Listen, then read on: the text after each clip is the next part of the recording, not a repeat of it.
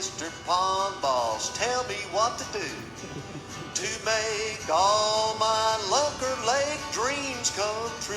Hello everybody, Bob Lusk, the Pond Boss, coming at you live from the Purina Research Farm in Grays Summit, Missouri.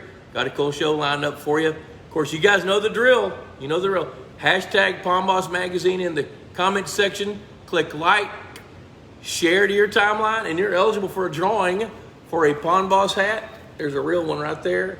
And a Pond Boss mug. Say it with me, John Funk from Mid-Michigan, Justin Schenck, that knows how to keep hot things hot and cold things cold. We don't know how it knows, but it knows.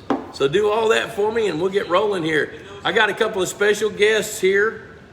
We got, let me see here, I'm gonna find it here so I can see it. You know, you guys know what I do. Find it on my laptop so we can watch it. See the questions.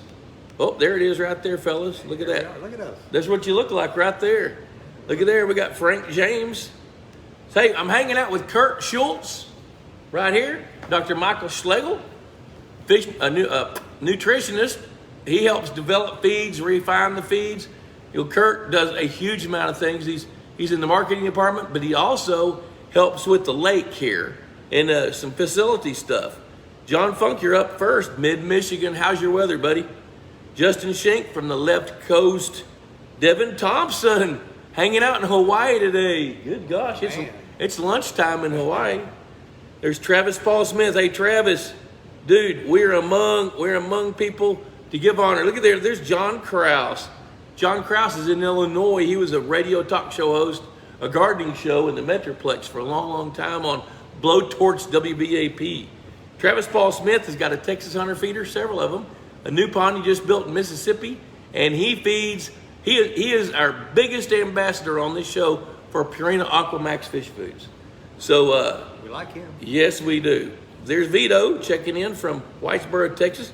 Frank James, Louisiana. Drew Bachman, he's in South Cackalack right now. Golden Shiners are spawning. You know, John, is that all you've got to do? I love it. I love it. He's going out. Golden Shiners are laying eggs up on the grass along the shore, and he's seeing it. All right. Fred Bingman just texted me, and I know he's going to show up on here in a minute. He just sent 50 pounds of Pond Boss magazines. He's been a subscriber since, well, he was number 2 behind Jesus, subscribing to the magazine. So he's been at it a long, long time. I got to talk to Jason Rutledge the other day. Keeping hot things hot, he says. Chris Arthur, good to see you. Danny Max checking in all the way from San Antonio. Dick Tabbert, hey, Mike Cottrell, love me some Purina MVP and Antler Max. Very good. Good combination. Put a little plug in there for Antler Max. That's a good deal. And Mike Cottrell's got a farm over in Palapena County out west of Dallas-Fort Worth. Michael Gray's hanging out. He's over in Nashville, Tennessee. There's Jared Poole. Got to hang out with Jared just a couple of weeks ago over at Lake Allen Henry. He's the Hill Country Hammer fishing guide to the stars. Tony Lawrence. Wyatt just added a bag of MVP. He's got a place near Abilene, Texas. He's a firefighter in Denver. So I don't know why he watches the show, but he does. Look at that. There's David Schneiderman checking in. He's the Easy Docks of Texas guy, one of our sponsors, which you guys know what I like to do. I like to say thank you to our sponsors. I get to sit here with them right now. Purina Mills, makers of Aquamax fish food, best fish food on the market out there for what we do, what you do, what we do to grow big fish.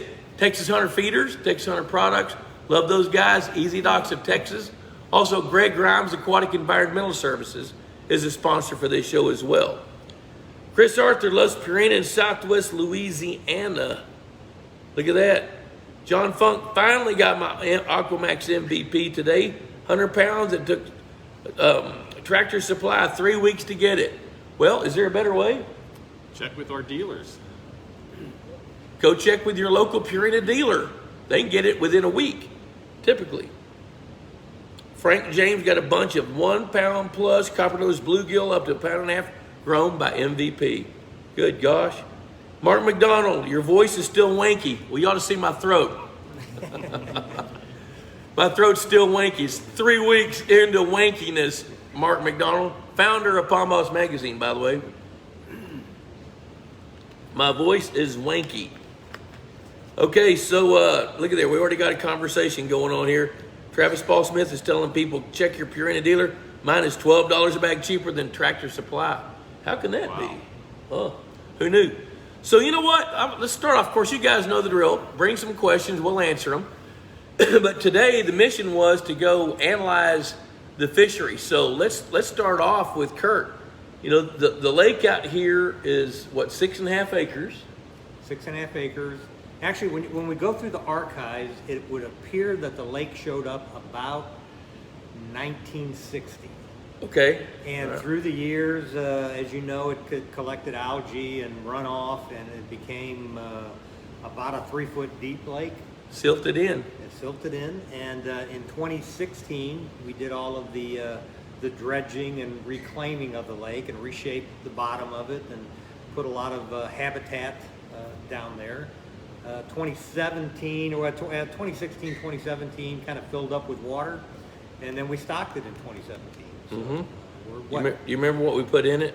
we put in 1,500 bluegill. We put in some striped bass, maybe about 1,000 of them, a couple That's right. inches long. Yeah, about that long.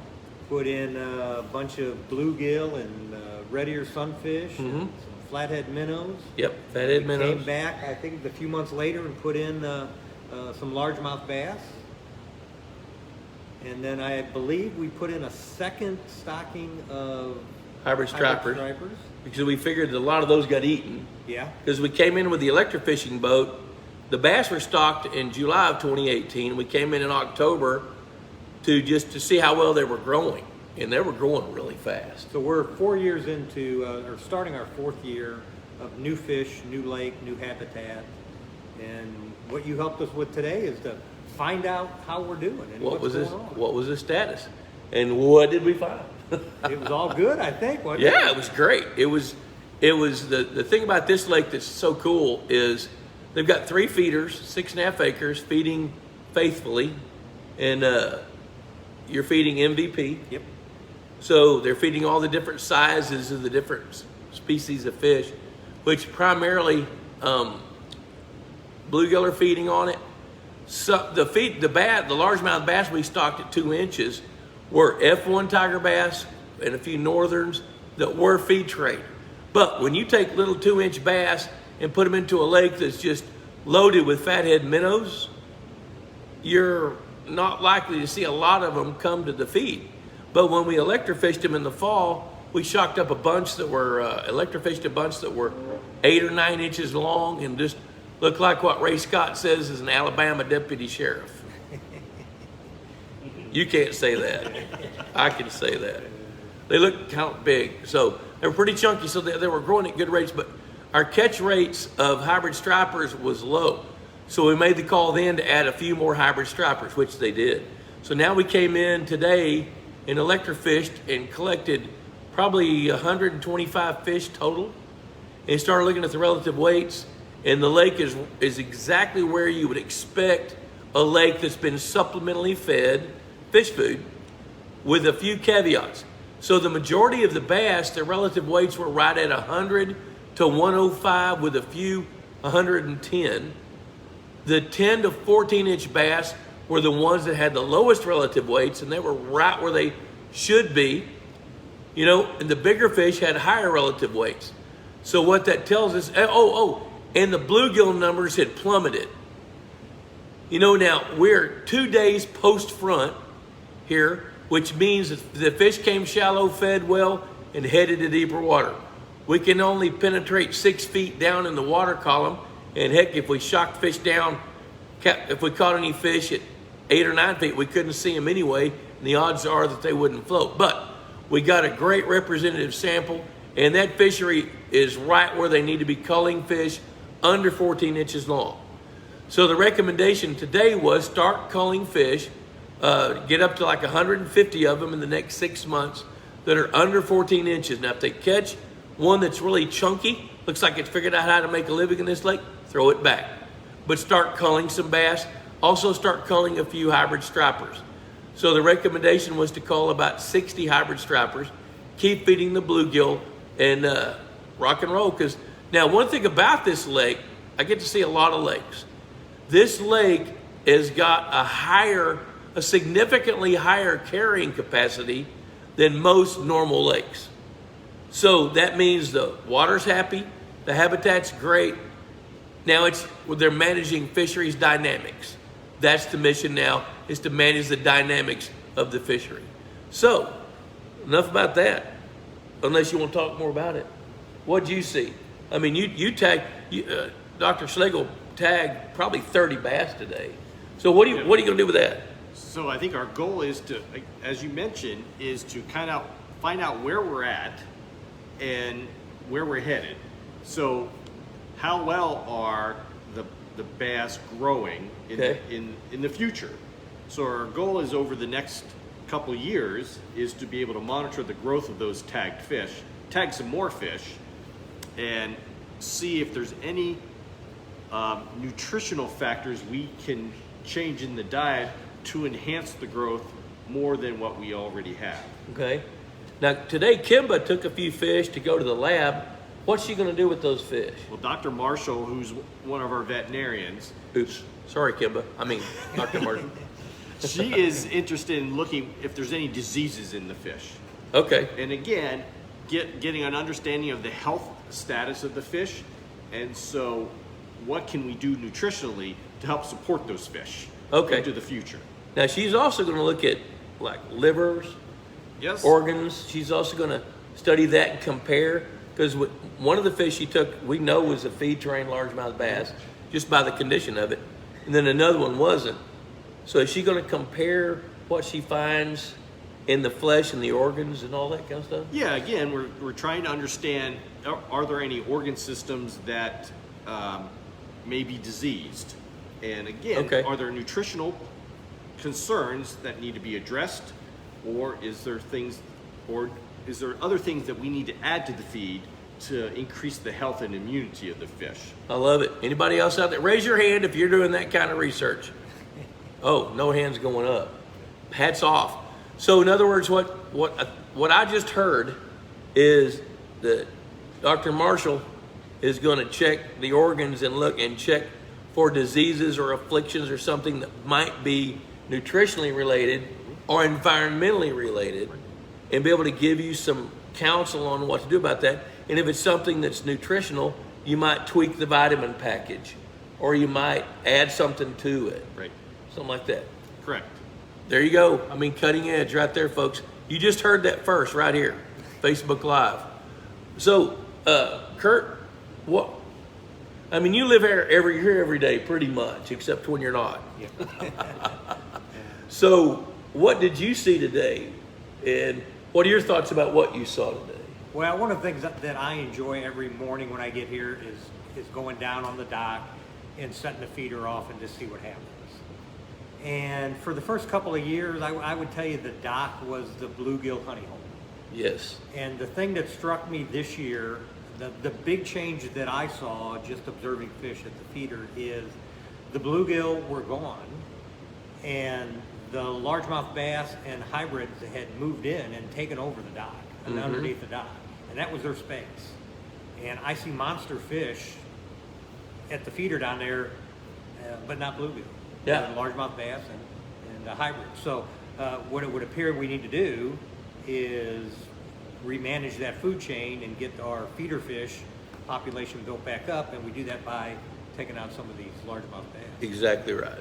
That's exactly right. So one of the take-home points I got from today was just, we didn't really collect any huge fish, but if you knew how many 5 to 8 inch bluegill were in here even last fall, it was a stunning number. And now they're gone. And it ain't the otters, because why would they not eat bass, It's not the cormorants, because they would be eating something else. It's got to be the fish, which means that there's some largemouth bass, 4 to 8 pounds, and some of your hybrid stripers have got to be knocking on the door of 9 and 10 pounds. And we didn't capture any today, but that doesn't spook me, because all the clues indicate that they have to be there. Well, and when we shot the lake back in 2018, we saw 4.5 pushing 5 pound striped bass. Exactly. So they're still there. Yeah, and those stripers they were a year old. Yeah. back then. Travis Paul Smith, how many pounds of lime per acre? pH is 5.2. Start off with a ton per acre and check your pH. It's as inexpensive as ag lime is. Travis, go ahead and do 2 tons per acre. Vito, my neighbor's fish were jealous of my fish eating Aquamax. Now they're Aquamax buyers too. Sweet.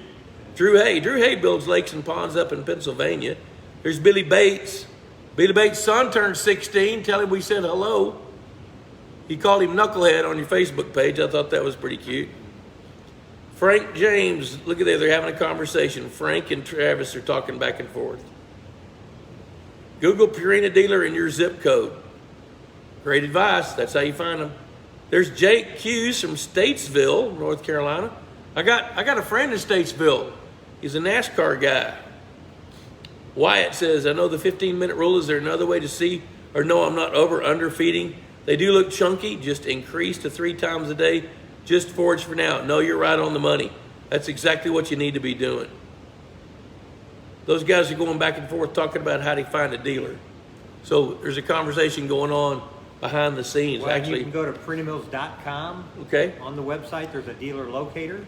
Hit dealer locator, and you can put in your zip code, and then put in whatever mile radius you want around that zip code, and it'll map and list all of the dealers within that area. There you go. Great advice. Leanne, my executive assistant and marketing specialist with Pond Boss, says to tell you guys hello. Hey, hello. Hello. Troy Todd, is the lake aerated? Yes, it is. There's a Vertex aeration system, and there's 5 of them. 5 diffusers out there. I think 2 compressors, and the lake is very well aerated. Designed specifically for this lake. Let's see here. Uh-oh, there it goes. Did you see the 6-pound plus bluegill? Actually, it was a 6-pound plus red ear sunfish. Did you guys see that? A 6-pound plus red ear sunfish caught in Lake Havasu. Of course, that lake's full of quagga mussels. And guess what? They call them shell crackers for, because they eat stuff like that. Okay, Frank James says, has Purina done any research on the impact of feeding at night? No, we have not done research on the impact of feeding at night. There's no reason to. I've done research on feeding at night. And listen to this. If you feed at night, your great blue herons won't eat your fish if you feed them at night compared to daytime. And you know what? And the fish are still going to eat the fish food. Oh, there's my wife. There's Debbie Dobbs. Sawyer's watching. Hey, buddy, Sawyer, one of my grand peeps. All right. Yeah, did y'all ever watch the Flintstones? Bam Bam? Yeah. Hey, Bam Bam. That's Bam Bam. Sawyer and his little sister Hadley. Billy Bates, Bob, thanks on my boy's birthday. Wish you bet. I use Purina Aquamax. However, I noticed my northern bluegills, which all the bluegills I have only eat a sinking pellet so far. I have a ton of red ear sliders that like to eat the floaters. What Purina would be the best for me? Also, could I give the turtles a cheaper off-brand feed to float so they're not eating my good food? The answer is yes, you can. If you feed your turtles first, go buy the cheapest floating feed you want, or show them their Second Amendment rights, whichever one you want. He didn't really say that, did he? No. Yes, he did, in today's woke world, yeah. So, but if you'll feed, hey, tell them about Aquamax MVP. How does that work? So Aquamax MVP is a great option when you have multiple species of fish and multiple sizes of fish. So part of MVP, the smallest 3 particles have 50% sink. So the smaller fish, less aggressive fish that are feeding towards the bottom get the same great nutrition as those more aggressive, larger fish that are feeding at the top. And that feed's designed for that purpose. Because if you think about it, not all your fish are aggressive. Some are aggressive, some are not. Just think like people think about the genetics, so they go by the best genetics of the fish, but what you don't think about is even if you have the best AKC champion black lab bred to the best AKC champion black lab and you get 10 puppies, are they all great? No, they're not. If one's great, that's pretty good. If 2 are great, that's spectacular. Some are average, some are below. Fish are going to be the same way. Some are aggressive, some are less aggressive, some are passive. Well, this fish food is designed so the younger fish and the less aggressive fish have got a chance to eat. The turtles aren't going to eat that fish food nearly as aggressively as the fish can. Now, if you need to thin your turtles out, you have permission. Thin them out. You could trap them and go give them to your neighbor that likes them more than you do, or you can, Ron Ardoin, he's on here, he knows how to cook turtle soup. Those Cajuns are pretty good at that. No more big dead bluegills, Bob. Now, I'm not going to tell this story in front of you guys, but yes, sir. I tell the guys when they have bluegills that have been distressed, like Ron added a whole bunch of ag lime to his lake right after a rain, or to his pond down in South Louisiana, and it caused some distress to his fish, and he had a few bluegill die and some showing up with lesions. So I taught him how to medicate his feed. Of course, I can't tell people how to do that. They're going to eat the fish, but I'm pretty comfortable telling them how to medicate the feed to fight off that bacterial stuff. So we won't have any discussion about that, I guess. Silence. Hey, Purina Mills sponsors this show, makers of the Aquamax lineup of fish foods. Somebody mentioned Antler Max today. I got to spend a little time with Scott Hohensee today, and he's really one of the leading experts in deer feeding. He helped do some work to make Antler Max better. So I want to thank Purina Mills for being a sponsor of this show faithfully. They have listened to me, and they have listened to you to make better feeds that we all can use to grow bigger, better fish. And thanks to Texas Hunter. Hashtag Palm Balls Magazine in the comments section. Click like, share to your timeline. Eligible for a drawing for a Palm Balls hat and a Palm Balls mug. It knows how to, oh my gosh, sharing my grandson saying it. Knows how to keep hot things hot and cold things cold. We don't know how it knows, but it knows. There we go. Doug Brown says, I have F1 strain tiger bass, Florida pure strain bass, hybrid striped bass recommendations using MVP for my copper nose. Good, good. I think we got some MVP fans out here. That's great. What does the MVP stand for? Multiple variable particles. See, y'all thought it was most valuable fish food or something. So now with the lake out here, Kurt, you guys need to cull some fish, but we're behind the closed gate on a research farm, and you're not having a whole lot of meetings out here yet because of COVID restrictions. So how are you going to get those fish out? Well, we have a policy for those that work here, and after hours and on weekends, you can come out with your family and fish. So we try and come up with some rules that make sense to manage what we're doing. So now, knowing what we know today, we're going to alter those plans and make sure that we achieve our goal of taking, what'd you say, 150 bass? Yeah, 150 under bass 14. and 60 striped bass out. So we'll start letting people keep those. Good, good. And so what we'll do, and what we do right now, is we have a little box down at the dock down there, and we got some cards in there, and we ask people to kind of record how their day went, what they caught. So what is try and capture a little bit more information. They're pretty good about that too. I looked at the really cards are. today. They're probably a stack of probably 15 or 20 cards where people are writing down the information. So the more data that they've got, the more data that you've got, the better chances that you have of keeping your fishery moving forward. Proactive is way better than reactive. If you can get ahead of it, you're not going to lose any valuable time, and your fish are going to keep growing really well. Micah Jefferson, I'm getting feed clumps in my MVP. Do you all sell a screen I could put over my feeder? There should not be any clumps in that feed coming out of the bag. My experience has been the clumps come because moisture gets in the feeder.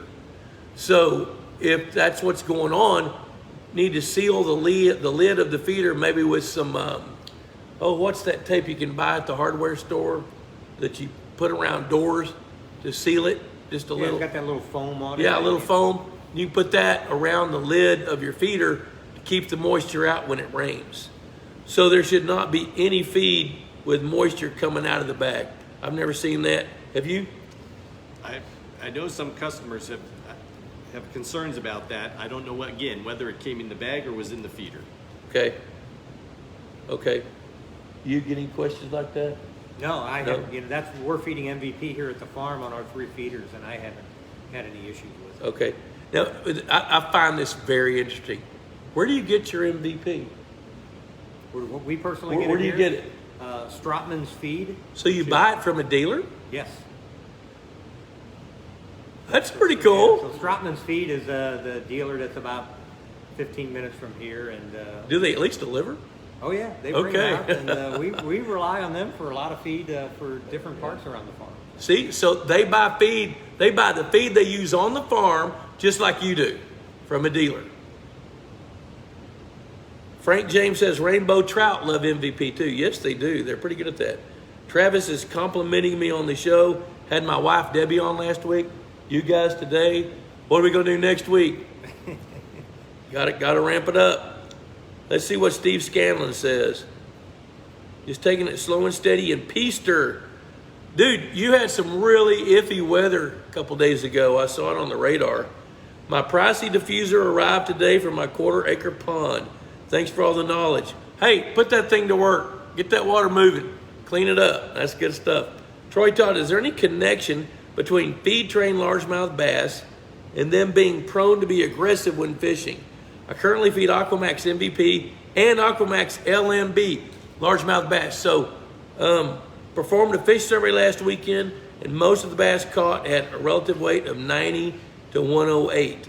Is there a connection between feed train bass and them being, you know what? Feed train bass are bred to be aggressive. That's their nature. They're aggressive. They're aggressive to train to the feed.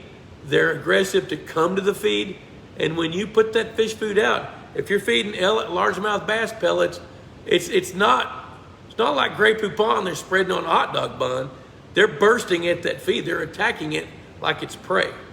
You know, and you guys are feeding us some Aquamax largemouth bass fish food down there. When you feed that fish food, do you see a difference in the fish behavior? Well, it's obviously the bigger fish that are coming up, and they take the whole thing. Okay, They just swallow the whole thing. and they attack it. They do. They attack Yeah. it to the end. Yeah. Like it's a topwater lure. I mean, they just swallow it up and it's gone. And if somebody's in the way, they get hit. I have a great video for one of our customers who you can see the largemouth bass torpedoing towards those largemouth bass pellets. They can see it coming, and they're going and attacking it. Yes. I've seen the same thing, and pretty much, you know what? Every lake I've ever had feed train bass, we can feed them MVP, or we could feed them, 600. But once those fish are 1.25 pounds and up, and you feed them those largemouth bass pellets, there's a murder. I mean, you want to dial 911. They're so aggressive out there. Travis says, just wants everybody to remember Chris Houston, Jimmy's wife. She's getting a little bit better every day, but she had a massive stroke the day after Easter. So continued prayers for Chris Houston and Jimmy, because he's going through a lot with her too. Micah Jefferson, no, I have in my galvanized trash can. Okay, so your feed's in a galvanized trash can you put by the dock. It comes out of the bag with clumps. Talk to your dealer about that. And what do you want him to do? Well, you can talk to his dealer, and then we can follow up. The dealer will follow up with us, and we can track it down to the manufacturing plant. So does he need to keep the tag or the bag? Or It's certainly helpful to keep the bag, and it will have a lot code on it so Okay. that we can trace it back to when it was made. Okay, so if you have trouble with your feed clumping up, coming out of the bag, hang on to the bag, take it back to the dealer, tell him that Bob Lusk, the pond boss, said, hang on to this bag, get it to Dr. Schlegel, and he'll take a look at it and go back and see what the source of that might be through where they manufactured at the extrusion plant. Where is Aquamax feeds made?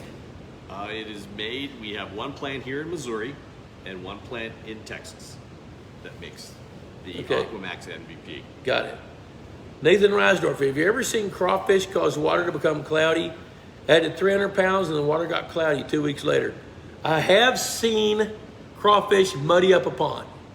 Now, they got to outnumber everybody else in order to do that, because crawfish are not necessarily bottom feeders, but they live on the bottom because they have to walk around. You know, so they're feeding primarily on vegetation matter. They love to eat a fish, but if a fish gets caught by crawfish, the fish deserved it. You know, but I have seen crawfish cause water to be cloudy. Kelly Hart. Kelly's building a lake in central Oklahoma, near Lindsay, Oklahoma. That's about all I'm going to tell you, because I know half of you guys want to go hit him up to go fishing when he gets through. Wyatt says, is MVP the best choice when I add F1s? Absolutely yes. It's the best choice because you're feeding bluegills and your tiger bass are going to be feed trained, and the 9 different sizes of pellets will accommodate all the size classes of your fish. Now, I seem like I remember you've got a few green sunfish in there too, and they'll eat that same fish food. Any comments on that? No, and once you get your largemouth bass over 12 inches, try the largemouth bass diet. There you go. And you can feed that by hand. There's not a feeder out there yet that will throw the largemouth bass pellets. You guys need to know that. So you're feeding that by hand. Billy Miller fertilized the pond, and we're on the edge of our seats for you to finish that one. You guys know Tim Jackson? I do. There we go. Those are some good fellas you're with. Tim Jackson is Purina sales rep over in the Carolinas. He's a Clemson guy. I've heard Clemson had a pretty good football team the last couple of years. That's what I hear. Tim would think so. Tim would think so no matter what. Yeah, even when they're not, they're good with Tim. Heck yeah, and they're great. Their guy got drafted early this year, like number 1, I think. Okay, Micah Jefferson, it's very few clumps, so now we're going to qualify a little bit. But it's enough to mess with my Texas 100 feeder. Yep, and he lowered the plate. I tell you what, Micah, though, still, if there are any clumps in that fish food, we want to know about it. Because if it's a manufacturing issue, they can fix it, whatever that is, whatever the issue is. Mike McPherson, hashtag Palm Moss Magazine. We're getting ahead with the questions here. Let's see. Troy Todd, now they will hit bobbers because they mistake the bobber for a largemouth bass pellet. I'll tell you something kind of funny. We were working on a 30-acre lake Monday that's got hybrid striped bass in it, and they feed MVP. So a new guy came over, and he's never fly fished before. So they wanted to teach him how to fly fish and give him a chance at catching one of those hybrid stripers.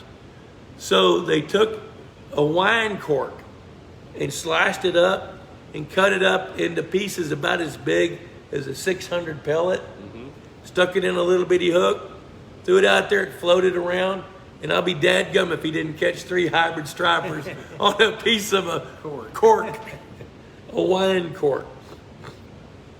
Billy Miller fertilized the pond. Is doing great, 18 inches of visibility. Did it about 2 weeks ago. I'm nervous I may have put in too much. Can you have too much bloom? And if so, how do you resolve it? Yes, you can. You can have too much bloom, but not in May, because you still have rains ahead of you. The bloom won't stay like that forever, because what happens is when you create a bloom and it's 18 inches early in May, that bloom will mature. Zooplankton will feed on it. It will shift from that bright green color it is now to more of an olive color, then kind of an olive brown, and then it'll shift to a brownish olive color. And that's zooplankton. The brown is zooplankton feeding on the phytoplankton. And then the visibility will increase to 20 inches, 24, 26, 28. When it turns brown and the zooplankton will run out of food, clarity will go up. So your timing is perfect. Don't worry about that bloom right now. Now, if somebody watches this show in July, that's a bad time. You don't want 18-inch visibility in July when the water's hot. But we'll save that story for July. Let's see what we got here, fellas. We got more stuff. Connie Bingham's checking in. Hey, Connie, hope you're healing up good, honey. And it may also be Fred on Connie's phone. But we're glad the Binghamans are in. They're over here at Brownstown, Illinois, just east of St. Louis, about 70 miles. Mike McPherson, is the MVP good for my catfish, or do they need a grain-based feed for better growth? Who wants that one? They can eat MVP. They'll probably grow a little better than a grain-based diet. But they certainly don't need the MVP. So catfish, channel catfish will do great on a grain-based diet because they're, I like the word omnivore, but a lot of folks can also relate to teenager. When a teenager goes to the refrigerator, he's looking for meat. If he can't find meat, he's going to eat vegetables. That's a channel catfish. So you can feed them the grain-based fish food, which costs less money. Now, here's what's really interesting to me about this, and help me on this. You take this. What's the conversion rates for channel cat on grain-based fish food compared to like an MVP? It will probably be lower on the grain-based diet than it will be on MVP. So it'll take 2 to 2.5 pounds of grain-based fish food for a catfish to gain a pound, and it may be more like 1.5 pounds. Yeah. On Aquamax MVP. Yeah. So really, when you start comparing the costs at that rate, the MVP's still a little bit higher, but way more efficient. So there's your answer for that. Billy Bates says, my Anderson Shiner Fry arrived yesterday. Anderson Fish Farm, they sell Shiner Fry really, really cheap. And they FedEx them to you. So you get this little bag, and you look in the bag, and you see what looks like 16.4 bazillion pepper flakes in it. All those little bitty black eyes swimming around in the water, and so they're so cost efficient that it's worth it. So if he gets like 0.001 survival rate, he's established golden shiners in his pond. It looked like 250,000, might have been a little more than that. I love that. Not sure how I made that determination, but it seemed like a lot. Super tiny, but a lot. They all seemed alive. The already existing fingerlings in my pond found them pretty quickly and had a field day, however. They found them faster than I imagined and was wondering how they knew. Fish are pretty smart. Well, they're really not, but they figure out where when the food truck rolls in, they figure out how to raise the lid on it and eat something. I'll tell you, I swear ours know when the feeder goes off. You bet they do. They're conditioned to They can that. feel the vibration in their eye. Yes. So I was wondering how they knew and how so many showed up. If you feed your fish, they might think you're feeding them, and then when you open that bag and turn those little fry loose, then they know you're feeding them. I normally only see a fraction of the fingerlings I saw come to feed yesterday afternoon. Well, they ate all your shiners. But you know what? If you start looking at the numbers, 250,000 fry, if 0.0001% survive, do the math on that. That's enough to establish a shiner population. So it's still well worth the money. Drew Bachman over there in the Carolinas recently acquired a half-acre spring-fed pond. It's been a pond 20 plus years, at least 10 feet deep in one area, but it's never been managed. I've caught largemouth bass, bluegill, and shellcracker, and I just bought some MVP. Uh-oh, I lost him. My little thing here keeps going up and down. Oh, there we go. Okay. And I just bought some Aquamax MVP. What's the first step or two I should make to get this pond going in the right direction? Let's talk about feeding. How should he feed that pond? Well, first, just throw out some MVP, let's say a cup, and see how fast the fish consume it. You like it consumed within a minute and a half. And if it's all gone, the next time you feed, you increase the amount that you feed. Yes. So you keep doing that until you kind of reach a plateau. If it's not consumed after a minute and a half, or typically I tell people, if you throw it out there and it's still there in 15 minutes, you need to reduce the amount that you feed. You bet. Because you don't want to decrease water quality by that food being wasted and being decomposed. So just gradually increase the amount you feed until you get a plateau, and then stay with that. And the other key is, if you're going to use a feeder, don't just set it and forget about it.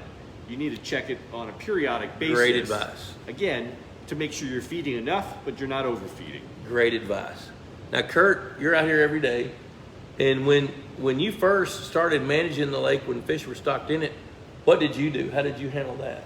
Well, same way, trial and error. Just started with a couple of seconds on the Texas Hunter feeder and see what happens. Right now, I think they're all set at 15 seconds, 3 times a day, and it's easily cleaned up within a minute and a half. And so you got a maturing fish population. So here's a good question. How much feed do you go through with each feeder each month? How often do you add 50 pounds to it? Oh, I should know that. I don't, and we just keep them full. My experience has been that a feeder will feed about 50 pounds of feed per month. So budget around $50 a month per feeder to feed fish an adequate amount to supplement what nature's offering. Now, if you really want to push your pond a little bit, you can feed more than that. You can feed up to $100 worth a month. And I've got some clients that do that. So that's the first thing, Drew. The second thing is catch, weigh, and measure by scale. And I don't care if the scale is accurate, long as it's precise. Weigh and measure some fish. Compare the lengths and the weights to the standards for that species of fish. Compare the size ranges of fish that you catch. Are you catching all 10 to 12 inch bass? Are you catching 10s, 12s, 14s, 16s, 18s, and 30 inch bass? He didn't say that. No such thing as, if you catch a 30 inch bass, don't tell anybody, call me. Call the hotline. I'll be there soon. We'll syndicate that fish. It'll be on the news. We'll be on the news. So Mike Garcia, the Institute of Higher Pondology. Well, you know what? You know, Chris Blood with Texas Hunter, I love that guy. He's always encouraging me to promote myself. I'm not comfortable doing that at all, so I'll do it right quick. We did in this time of COVID and not knowing when we could have the next Pond Boss conference, we've held a couple of Institute of Higher Pondology courses at Lusk Lodge Combahtu that we no longer own. So Mike Garcia videoed some of those sessions. Plus, we took some videos from the last Pond Boss conference. We now have an online curriculum that you can find at pondboss.teachable.com, or you can go to the Pond Boss website, scroll across the menu, the horizontal menu. The last one says Institute. Click on that. And we have 6 different modules. We're going to be adding more videos to it. We shot 3 videos today that are going to go into that curriculum. So now, once you buy a curriculum, you're in forever, or until something goes away, which I don't know how that works yet, but you know, you're in there for the duration. And anytime we add new videos, you'll get those and be able to see those as well. So, and also at pondboss.com, we have a lot of free articles, free videos, subscription. Hey, listen to this. $35, bless you. Yeah, thank you. $35 a year. We had lunch at Ruthie's today. Mike Garcia and I did. He's on the road with me doing the videography. I spent $38 for lunch. $38. And there wasn't any wine with it. It was biscuits and eggs and stuff. $35, and this lasts for a year. I'm done with breakfast. It won't be back. Everybody that subscribes to this darn thing tells me they get at least 1 nugget out of it. I'm going to tell you you'll get 2 or 3. So now, part of the Institute of Higher Pondology and part of Pond Boss's mission is to help keep you from paying the dumb tax. I stole that from my friend Freeman Sawyer. He says, Bob, I want you to come coach me on how to renovate this lake, how to stock it right, because I want to minimize the dumb tax. And I can't tell you how many times I go to somebody's ranch, sit down with them around the campfire, and they say, I wish I'd have done this differently. What that means is they spent money doing something that they wish they hadn't have done.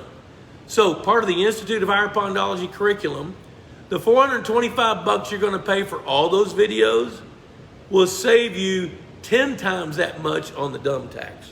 So there you go. I did it. I promoted it. Jacob West, I'm with you in spirit tonight. Business dinner. Well, you know, when you got a job that takes you into the middle of the night, I got you. We're waiting on you, Jacob. Let's see. Danny Mack says, how do you shut down a midsummer bloom? If you've got a midsummer bloom and the visibility is 6, 12, 15 inches like that, call me. Let's talk about it, or call your pond pro. But what we'll likely do is see what kind of bloom it is and then decide what to do about it. One of the ways, like out here, what I tell these guys is they have an aeration system. They can use some beneficial microbes or a combination of a chelated copper algicide to thin the bloom, and then some microbes to help break down the decaying organisms in bloom. So that's the most common ways to do it. Frank James is Purina looking into ways to making feed from non-fish sources. I know taurines are important, so it isn't easy. I know who's going to get that one. Well, we all are always looking at new ingredients that are beneficial to the fish, and looking at how we might substitute fish meal in the future. What other, I know it's proprietary, but just for our viewers and listeners, what research are you guys doing besides, I know, having some periodic fish analyzed, and then you're working with different ingredients. You're doing some things to stay on the cutting edge, but what are some of the things that you can share with us the research? Well, I can't share everything, a lot. We do have an indoor facility here as well at the research farm. So in addition to having the 6-acre lake, a research dock that we can do some research with cages in the lake and fish. We also have an indoor recirculating system where we can start with really new ingredients and more controlled environments to see how we could enhance growth, enhance health. Those are the two really big things that we're looking at, is how to enhance growth and health of the fish. And one of the things I love about Purina, it's, you've got companion animals, you've got horse, you've got cattle. Some of it's agriculture, but a lot of it's lifestyle. And the fish food falls in the lifestyle side of the business. Yes. So I for one, appreciate the fact that you're concerned about the health of the fish. I mean, if we can grow a bass to 8 pounds whose destiny could be 12, but it dies because it's yellow, because its bile ducts burst, its liver's exploded, what's the point? So fish health is a big deal. Yeah, and we have customers beyond just the backyard pond owners. So we have customers who are raising fish for food, and so it's beneficial for them as well, as they are making a living feeding fish for human consumption. You bet. That growth rates and morbidity and mortality are important considerations for them. You bet, because if they could get a fish up to market size and then it dies, what's the point? Right. And plus they want to convey the best product they can convey to the market. Correct. When they go to the marketplace.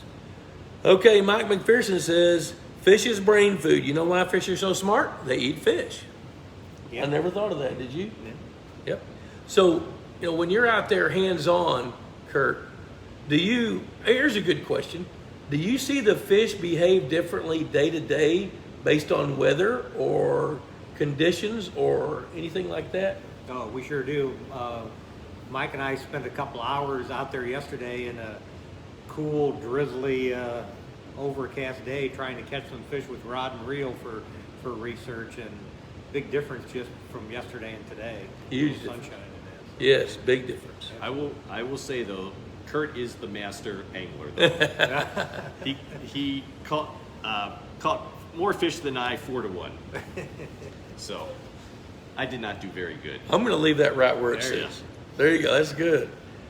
Okay, so Frank James over in Louisiana says he's got a lake in East Texas near Marshall. I struggle to harvest enough largemouth bass. No matter how many we take out, largemouth bass reproduce like crazy. That's a real important point, because out here you guys are going to be culling fish. And as you cull, you're going to have fish in the 6th grade wanting to come in and fill that slot. They're wanting to get to the JV so they can play. So one of the things you got to know is culling is ongoing. It's not something that you start with the end gain of stopping. Now, one of the end gains you can get is to promote enough of your fish to be big enough that they can help you cull. So the more bass, you really have 2 jobs. You want to get your bass from 0 to 16 inches as fast as you can, and then from 16 to 18 even faster. And once they hit 18 inches, they're 3 1/4 pounds. Then they can turn around and eat their cousins from next year. So if you can enlist their assistance by managing for a few bigger fish and encouraging them to get there by culling properly, but still, you're still going to be culling fish. That's the nature of this beast. I'm working with the 30-acre lake a couple days ago. they've had to call hundreds and hundreds and hundreds of bass just to get the rest of them to grow. And it's taken them 4 or 5 years, but they've done that. So now their bass are growing way, way, way better. Let's see, now Frank's going to get a little political. Given what's happening with inflation and the value of the dollar, I recommend buying now. Yeah, if fish food goes like lumber or computer chips, you know, that's a fair question. What does futures look like with ingredients? Well, ingredient costs are up. So where are they going to go? I mean, of course, that's not a fair question. Who knows? But what are you planning for? Do you think they're going to go up precipitously or like a steady rise? Or what do you see? I don't have an answer for that. But you guys are, I don't know how you can answer that, but you guys are still working on some of these alternative other ingredients. Yes. Not only in part to keep making the fish food or all feeds better for the animals' health, but also to compensate Well, just availability. for okay, sweet, great answer. You heard that here, real world. Let's see, Christopher Aguilar, he's Mr. Boudin. Can you have y'all people call me tomorrow so I subscribe again? I keep forgetting. Really, Chris? We've talked. Leanne, would you call Christopher Aguilar tomorrow and take his credit card number? She'll call you tomorrow. But if she doesn't, call her. Really? $35. I love this guy. He's on here every week. Huge win at work today. He says, I'm stoked, but I may not have time to fish next month. Well, you know what? When you're on your way to work, call 800-687-6075 or write this down, Christopher Aguilar, 903-564-6144. Lynn will return your call while you're driving to work, and she will subscribe you to Pond Boss. Ron Arduin, buy Christopher Aguilar the dadgum subscription. He ain't got time to mess with it. Y'all are friends. He'll trade you in Boudin. Danny Mac, we need a pheromone that drives the fish crazy to eat anything, such as a lure. Danny Mac, if you get a pheromone, it's going to drive you crazy. You're going to be eating the lure. What about pheromones? You ever think about that or mess with it? I have not. Probably won't either. What's the one of the, in the fisheries business, one of the discussions revolves around gizzard shad. You know, because we use gizzard shad to grow really trophy bass, but it's a risk reward thing. And when you're monkeying with gizzard shad, the risk is that too many of them will get too big because they'll get to be 2 pounds. When that happens, they can't be eaten except by double-digit bass. And when they get to a certain density, they give off a pheromone that inhibits reproduction. So, but what, I know Danny Mac, he's trying to figure out what turns on a fish, like Chanel No. 5. I haven't tried that, Danny. Hey, dude, listen to me, I'm serious. Go to your wife's closet, find her least favorite perfume, squirt some of that stuff on a lure, and go fishing, and then call me in the morning. Okay, Ron's going to call Chris. He's going to buy you a subscription. He can't buy shoes for his kids, but he will buy you a subscription. Vito, I had a few fish ask for a keto-friendly, gluten-free menu. They're no longer with us. And we're going to miss them. Yep. Danny Mac, I suspect that private pond development has never been greater. It's really good right now. There's Wayne Lancaster. He loves the show. Wayne and Josie. I love Wayne and Josie. This is their Wednesday night date, watching this show. What's the matter with you people? Good gosh, that's great. Greg Russell, I have a 3.5 acre pond that I put 300 pounds of crawfish in, waited a couple of years and ordered my copper-nosed bluegill. Before they came, I went and noticed schools of bass swimming around and had a neighbor put 30-plus bass in there. Canceled my order of brim and caught probably 210 to 12-inch bass. Next year, caught 400 of the same. Couldn't catch anything else. Last June, I ordered 3,000 copper-nosed, 1,600 chinkapins. Oh, I know where he's from. Chinkapins are red ear sunfish. He's got to be in Louisiana. And 200 F1 bass. This spring ordered 6,000 1 to 2-inch copper-nosed. Brim, I feed Aquamax 500. I need to know what to do now. Keep feeding, weigh and measure some fish, verify that your bluegill survival rate is adequate. You need enough bluegill to get to be 4 to 6 inches as possible, because that's the backbone of your food chain. So I would keep feeding, stir the pot a little bit, wait, and then verify that you've had survival rates of bluegill. Christopher Aguilar back on here again. He said, I give my feed store a hard time about the price. So he says he stays the cheapest around for MVP. So now we got a guy negotiating for fish food, and he still won't buy a dadgum subscription. Look at that. Good to see unmasked faces, Frank. James says, even yours, Bob. You know, one of my favorite things about my face? I only see it part of the time. It's when I'm looking at you. Right now, I can see mine. I'm glad I don't have to look at it too. Vacation week for Andy Eddings, turkey hunting and feeding fish. I can't think of a better way to spend a vacation than turkey hunting and feeding fish. Christopher Aguilar, did y'all see the 6-pound raider caught in Lake Havasu? Didn't we talk about that earlier? Yeah, we did. Yes, we did. Pretty cool. So, hey, guys, let's kind of start wrapping up. Thank you so much for hosting us today. We got to go out and look at some fish, get some really good science, collected some data, tagged a bunch of fish. We also shot some videos. If you go to the, what's the Facebook page that they can go to see some of these videos that Scott Hornsey runs? Purina Wildlife. Yep. Purina Wildlife. Okay. Go to Purina Wildlife. Some of the videos we shot today will show up there. We shot some little 2 and 3 minute vignettes. And you also have a TV show coming up, or a show that's it won't be broadcast on TV, but it'll be broadcast online. Right, it'll be broadcast on Facebook and on our, we actually have a YouTube channel, Purina Mills TV, Okay. on YouTube.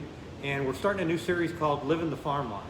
And the thought is to take what we do here at our farm and the knowledge and the research, and to show the consumer how what we do will help them enjoy better their farm life. So we'll do it across all species. We did a segment today on aqua. Yep, on fish. And that will be coming out soon. So be watching for it, and we'll be promoting it. And yeah, we hope you enjoy it. Sweet. Gretchen said the first one is on poultry. Yep. So like backyard flock. Managing your coop. Managing your coop.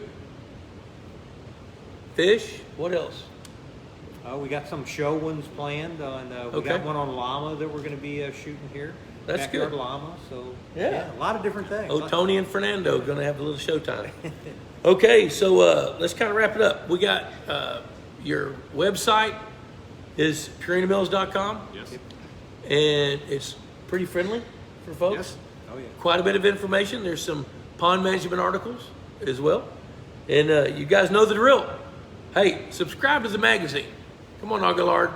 You got a lot of people out here willing to help you, dude. $35 a year, a lot of nuggets. Help you not pay the dump tax. So, hey, it's 7:28. We're going to go ahead and wrap it up. Appreciate you guys watching. I don't know where I'll be next Wednesday, but it'll be somewhere pretty cool. Probably be from the RV down there out in Washington County, Texas. So until next week, thanks for joining us tonight. Thanks to you guys for being the guest today. And we will catch you guys next Wednesday. Adios. Hit finish. There you go.